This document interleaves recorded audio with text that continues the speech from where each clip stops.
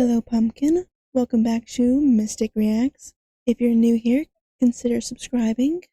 This is my second time checking out a video by MoreParz.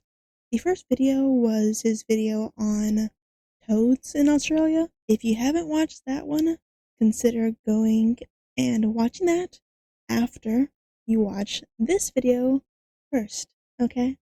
Can you do that for me? Okay. Australia has a lot of spiders, but recently we found a new one, because of course we fucking did. And the new one is the most certified Australia moment I've ever seen. Okay. For a bit of context, one of the several thousand spider species we are home to is the Sydney funnelweb, the deadliest spider on the planet. Because of course it's down here. Where the fuck else did you think you were going to find it? These scary looking fuckers are highly venomous and can flatline you with a bite in 15 minutes. It reminds and if you me think wearing thick clothes of like a jumping spiders, and I don't like those ones either. Even those little guys terrify me. The only spider that doesn't terrify me is long legs. Those are the only ones that don't terrify the living shit out of me. will save you.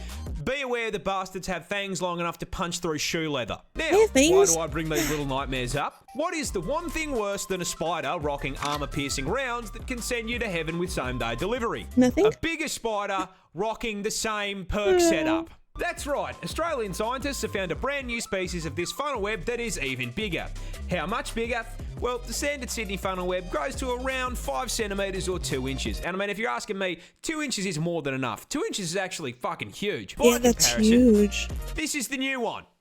It's twice the fucking size, cunt. 4 inches of 8-legged menace to the animal kingdom. But that isn't even the best part. No one needs 4 inches. Do you know what they named this thing? What? Do you know what professional scientists named a supersized version of the most dangerous spider on the entire fucking planet? The Newcastle Big Boy. Deadliest spider. I was just kind of... Seriously? The what?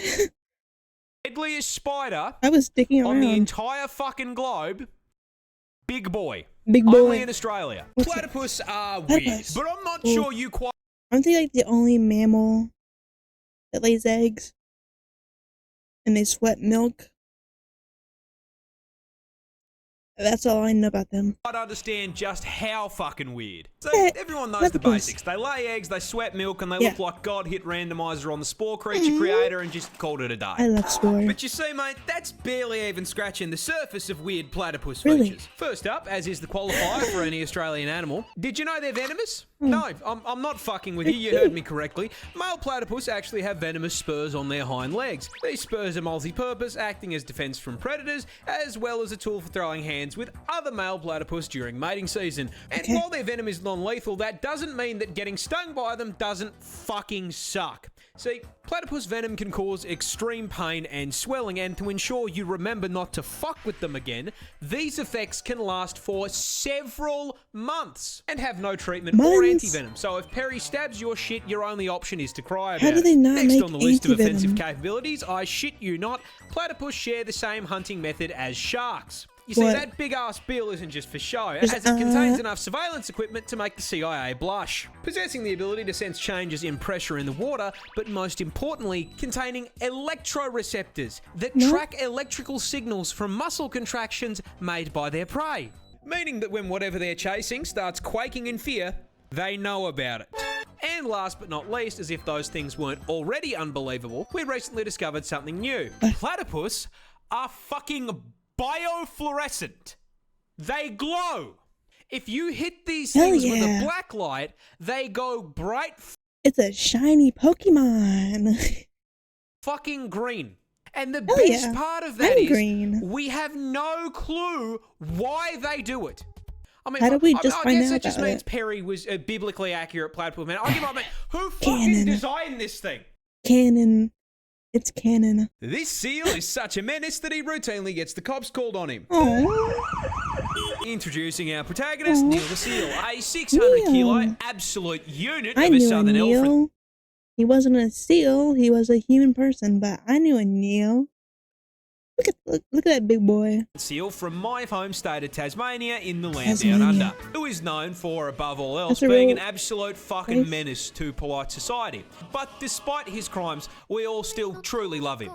But what are his crimes? Well, see, he seems to just fucking hate traffic cones and road safety in general. Has regularly been caught trespassing, and then once he has been caught trespassing, belligerently screaming at locals because they won't give him his fucking fish. And he's been known to just block roads by plopping his fat ass down directly in the middle of them. However, hands down, the funniest shit he has ever done was just straight stopping this random lady from going to work. I shit you not. This motherfucker crawled out of the... Did he? Or was she kind of just using it as an excuse? I mean, either way, free my boy Neil. Free him.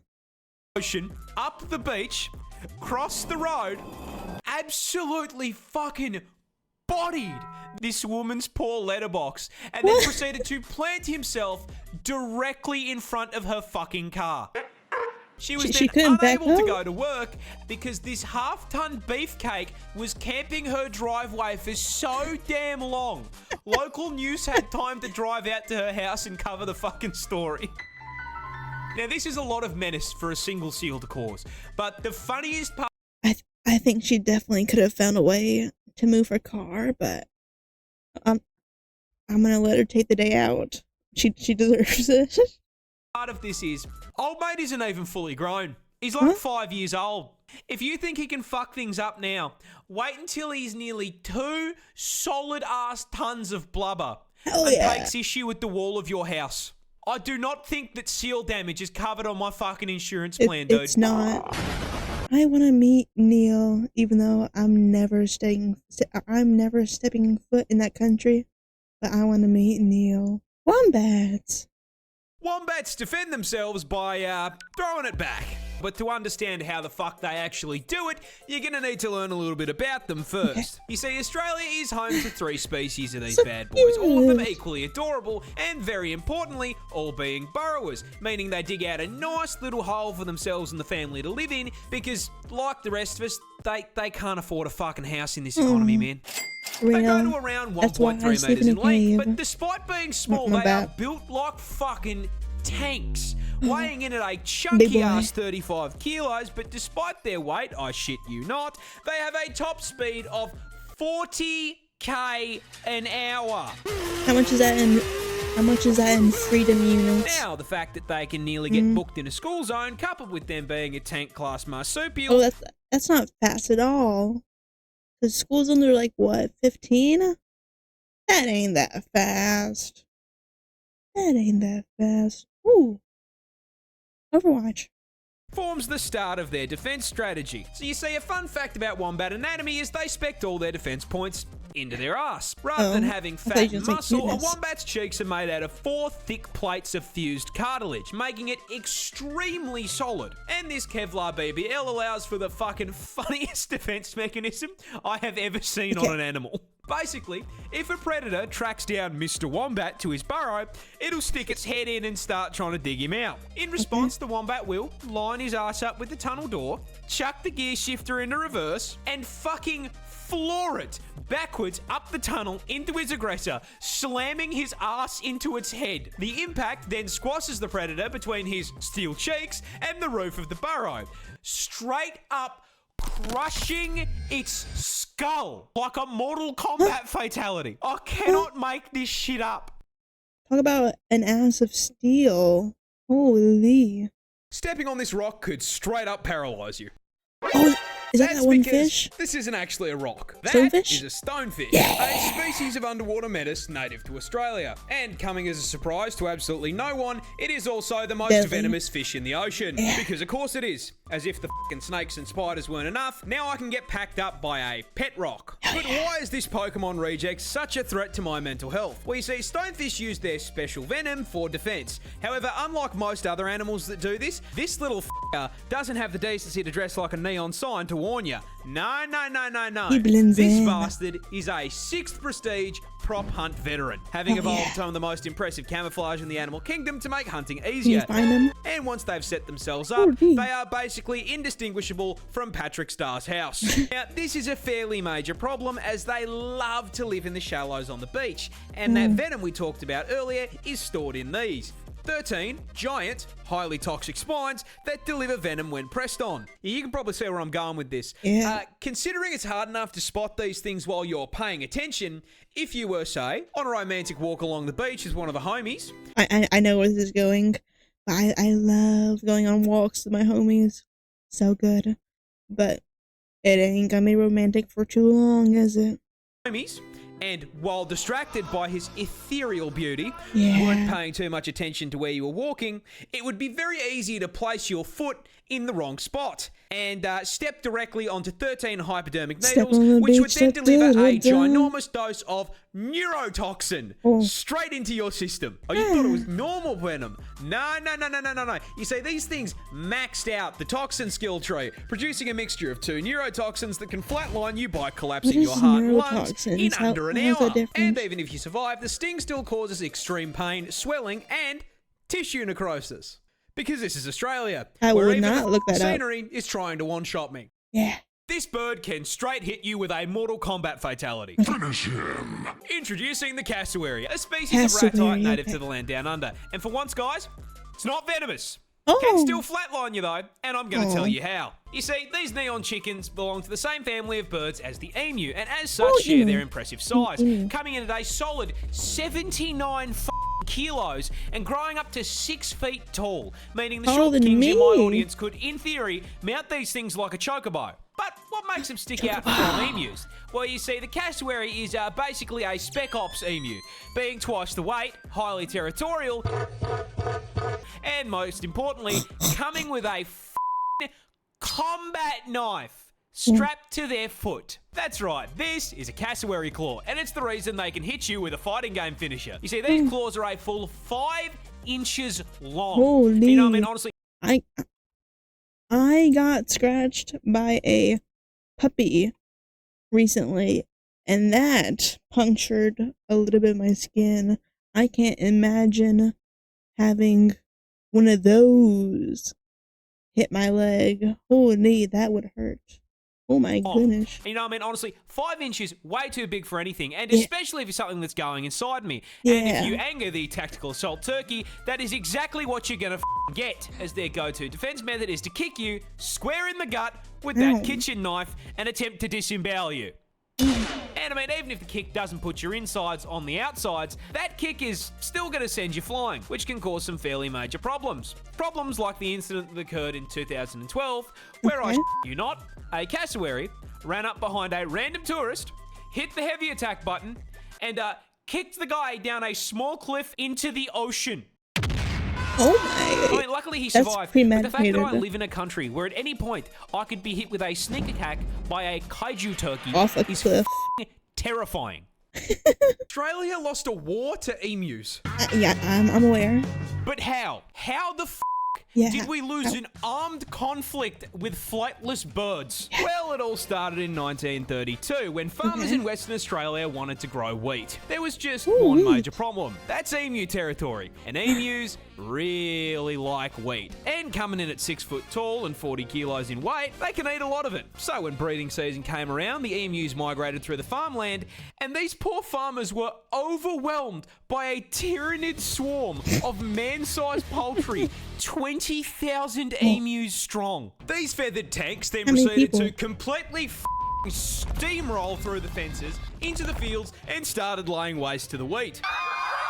The farmers attempted to fight back the initial wave with rifle fire, but their efforts were, They have guns putting it lightly, in completely Australia? useless. This ginormous L made the farmers pretty bloody angry, so they gathered together and went to the government to ask for help. Sir, 20,000 emus have hit the wheat fields. Fuck me, mate. And so the government declared the emus enemies of the state and sent in the army to commence the Great Emu War. The entire 7th Heavy Artillery Division was deployed to I love WA, war. armed with 2 LMGs, 10,000 rounds, and the sole objective to blast anything with feathers. A little bit excessive for an overgrown turkey if you ask me, and upon their first deployment, the army immediately ran into a major problem. Emus are fast. I am speed.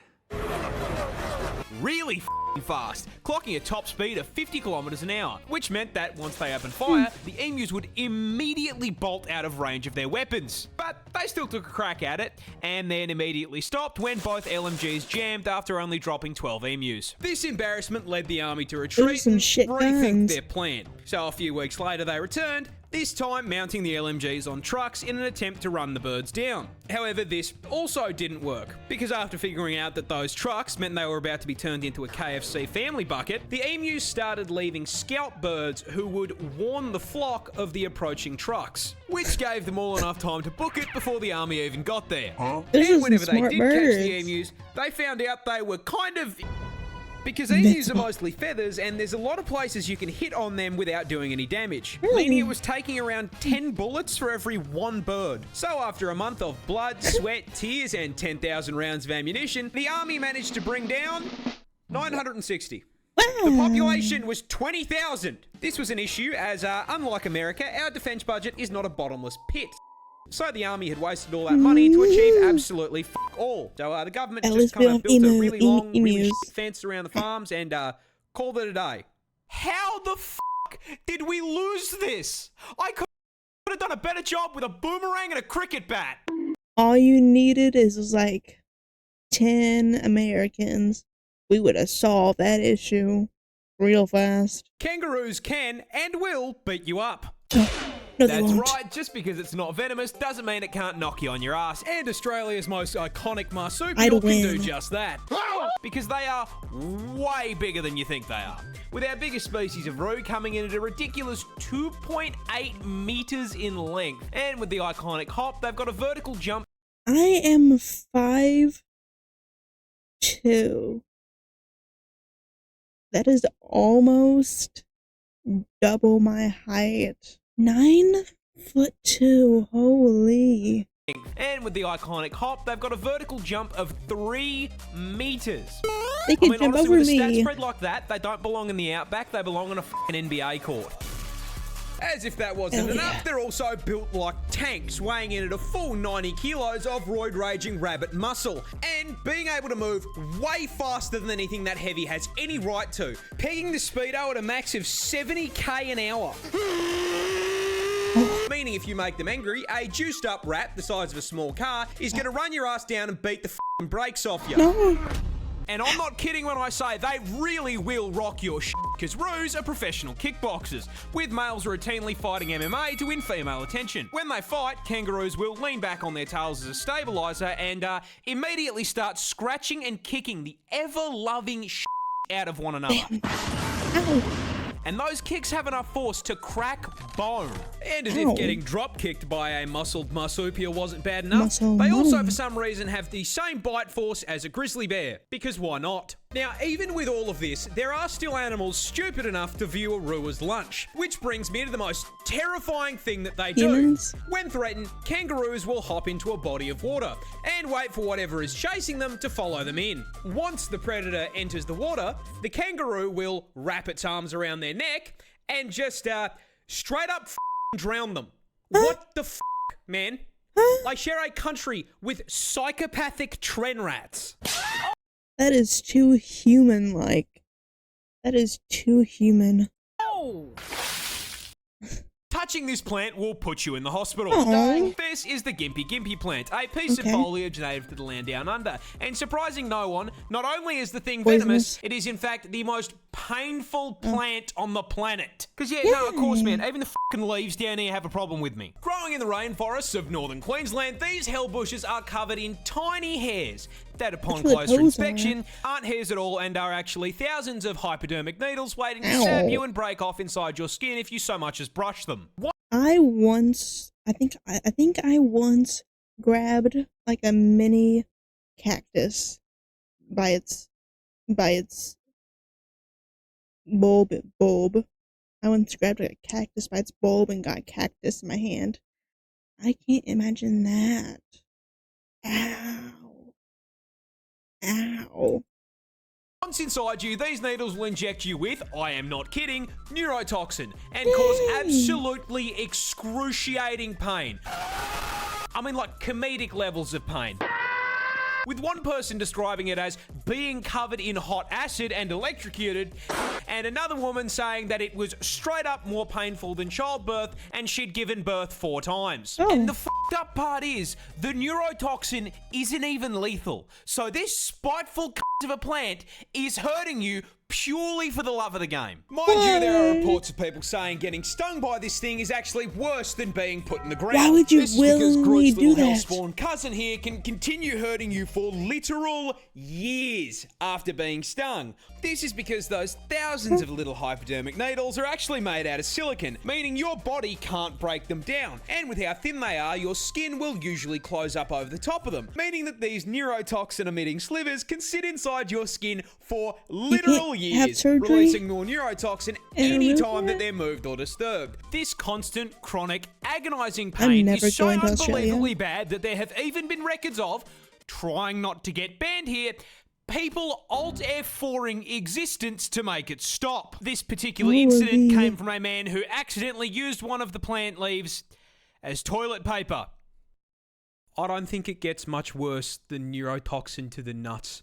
No, it does not. That will be it for now. If you would like to see me watch more of MoreParz's videos, comment down below. Make sure to like and subscribe. And go watch the first one if you haven't already. And if you're in Australia, don't wipe your ass with leaves. Don't do it. It's not worth it. Your balls will thank you. If you don't do it, don't do it.